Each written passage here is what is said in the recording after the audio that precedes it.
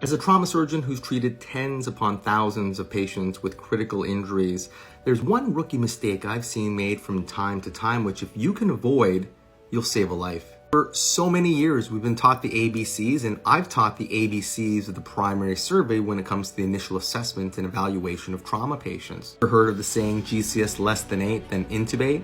But here's the problem. If a trauma patient arrives to you critically injured, hypotensive, and in shock, the number 1, 2, and 3 causes for that shock are bleeding, bleeding, and bleeding. So if you're prioritizing A before C, you may potentially harm your patient. And here's why. When patients are in hemorrhagic shock, they're hypovolemic, they have decreased preload, decreased stroke volume, and a decreased cardiac output.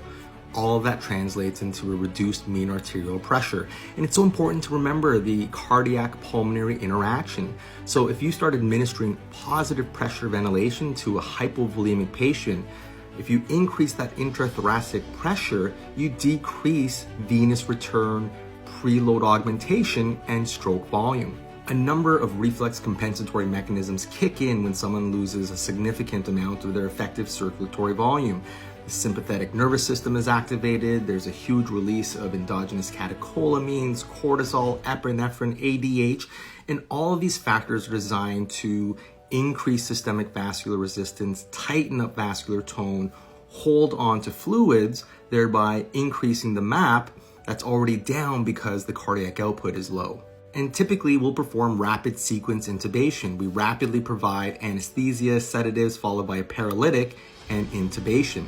This is what's known as sympatholysis. You completely knock off the patient's drive, decreasing their vascular tone, decreasing that sympathetic drive. And if you haven't tanked that patient up prior to putting them on the ventilator, your patients can crump. So more modern protocols, and again, the military has really led the way on this, and of course the civilian sector is a little bit slower to adapt and adopt, but the MARCH protocol, address and find and manage massive hemorrhage prior to dealing with the airway, respiration, circulation, head injury, hypothermia. And this study by friend and incredible trauma surgeon and researcher clinician Dr. Paula Ferrata and the AAST has shown that using a CAB approach is actually quite commonplace these days and not associated with increased mortality. Key take-home points: address circulation. There's usually never a rush to intubate patients who are coming in as traumas.